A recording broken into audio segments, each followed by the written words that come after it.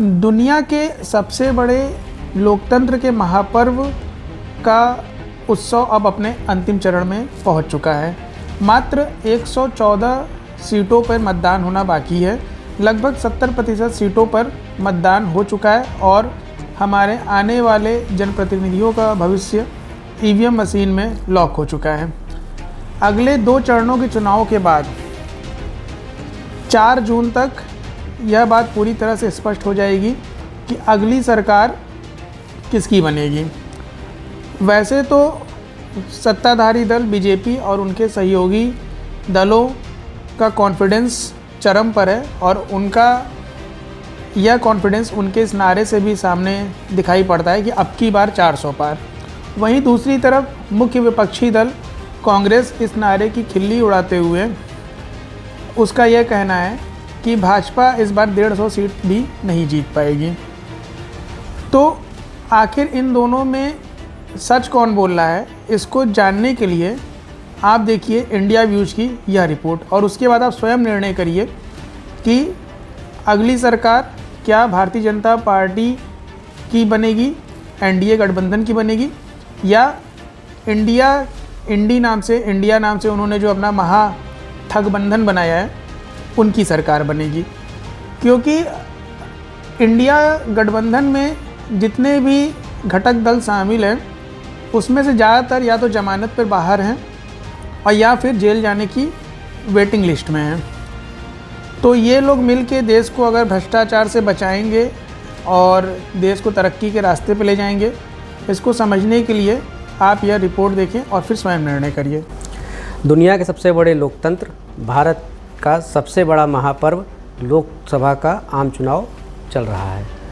5 चरण के मतदान हो चुके हैं, 2 और चरण बाकी हैं, जिसमें कि अब 543 सीटों की सभी प्रत्याशियों के भाग्य ईवीएम में बंद हो जाएंगे और 4 तारीख को पर से पर्दा उठ जाएगा कि किसकी सरकार बन रही है, कौन बाहर बैठेगा, इसका रहस्य खुल जाएगा। दूसरी ओर इस चुनाव में 2.5 महीने चले इस चुनाव में देखा जाए तो बहुत से मुद्दे उठे और बहुत से आरोप प्रत्यारोप लगाए गए। एक और पक्ष की तरफ से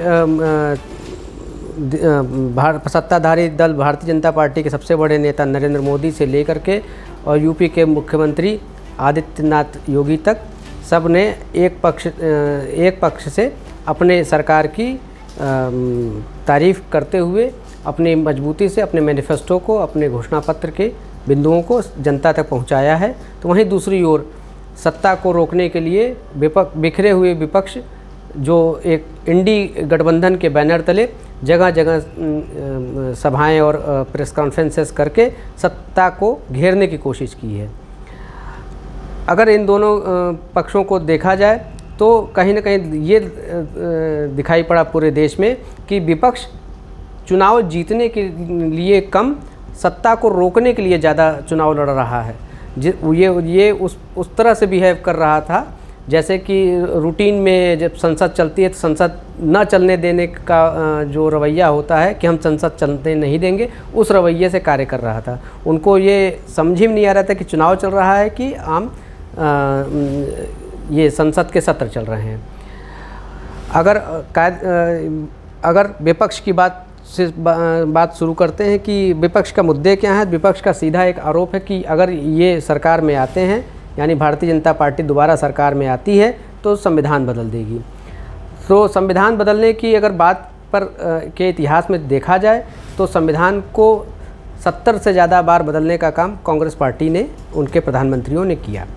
सबसे पहला संविधान संशोधन की बात देखी जाए तो सबसे पहला संविधान संशोधन पंडित नेहरू 1952-53 में करते हैं और वह संविधान संशोधन हमारे मूल अधिकार पर के लिए किया जाता है। 16 दिन चली इस बहस में पंडित नेहरू सबसे पहली बार प्रेस की अभिव्यक्ति पर ताला लगाते हैं। सेंसर की स्थापना तब होती है। उसके बाद बड़े संविधान संशोधनों में देखा जाए तो 42वां और 44वां संशोधन जो श्रीमती इंदिरा गांधी के कार्यकाल में होता है, जिसमें संपत्ति का अधिकार छीना जाता है और फिर इमरजेंसी लगाई जाती है। तो इस तरह से तमाम संविधान संशोधन और संविधान को पलटने का काम कांग्रेस द्वारा किया जा चुका है। पंडित नेहरू से लेकर के और अभी नरेंद्र मोदी तक देखा जाए तो कांग्रेस ने कुल 100 बार राष्ट्रपति शासन देश पर के विभिन्न राज्यों में लगाया है। यानी कि 40 से ज़्यादा बार तो अकेले केवल श्रीमती इंदिरा गांधी ने राष्ट्रपति शासन लगा करके तमाम राज्य सरकारों को बर्खास्त किया है। तो संविधान का सदुपयोग या दुरुपयोग किसने किया, ये जनता अच्छी तरह से जानती है। और अब का जो मतदाता है वो मतदाता किस दिशा में जा रहा है, इसका भी एक सिंहावलोकन हमको अतीत से लेना पड़ेगा। जिस समय पहला चुनाव हो रहा था देश की साक्षरता दर मात्र 20 से 25% थी। आज की तारीख में हमारी साक्षरता दर 78% या उससे ऊपर है। जैसे जैसे देश की जनता पढ़ी लिखी होती गई या देश के युवा पढ़े लिखे होते गए, वैसे वैसे कांग्रेस की जो सामंतवादी सोच थी उसका विरोध होने लगा।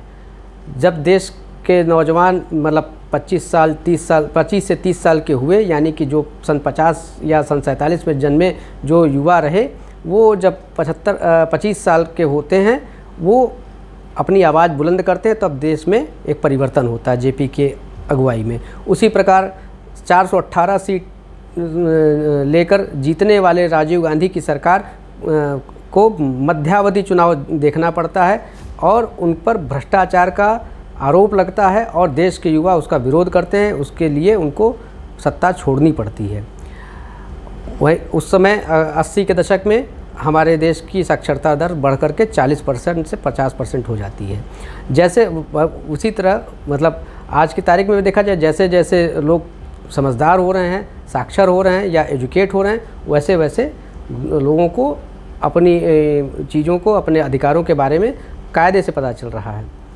और रही बात पक्ष की बातों की, तो सत्ताधारी दल भारतीय जनता पार्टी ने एक मैनिफेस्टो के द्वारा और अपने क्रेडिबिलिटी को द्वारा इस सत्ता ने एक बहुत बड़ी बात ये की है कि crisis of credibility in politics जो थी, मतलब विश्वसनीयता का जो अभाव हो गया था कि हम आम जनता के बीच में कि नेता है कह करके भूल जाएगा, वादा करके भूल जाने वाला जो एटीट्यूड था वो ख़त्म किया है।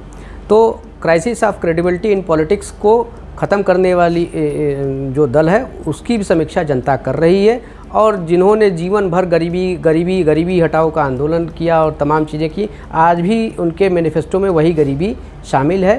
तो इस पर जनता बखूबी सोच रही, समझ रही है, उसी आधार पे जमकर वोट भी कर रही है। शेष क्या होगा और किसकी सरकार बनेगी ये तो 4 जून को बस पता ही चल जाएगा।